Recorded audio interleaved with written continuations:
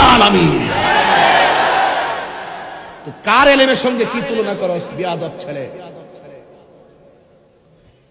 রাসূল লিখতে জানতেন না, রাসূল পড়তে জানতেন না, তুই জানতি। রাসূলের সম্মান বাড়িয়েছেন একজন, জবান খুলে বলুন তিনি কে? রাসূলের পাকের ক্ষেত্রে লাগাম নিয়ে কথা বলতে হবে। রাসূল বলেন তোরা তো সামনে দেখোস, আমি পিছনেও দেখি। ফাওয়াল্লাহি মা ইখফা আলাইয়া খুশুকুম ওয়ালা রুকুকুম, তোমাদের পিছনে সামনে যাস আমি দেখি, আবার তোমাদের ভিতরে কি খুশু খুজু আছে সেটাও আমি বুঝি। জোরে কর না সুবহানাল্লাহ।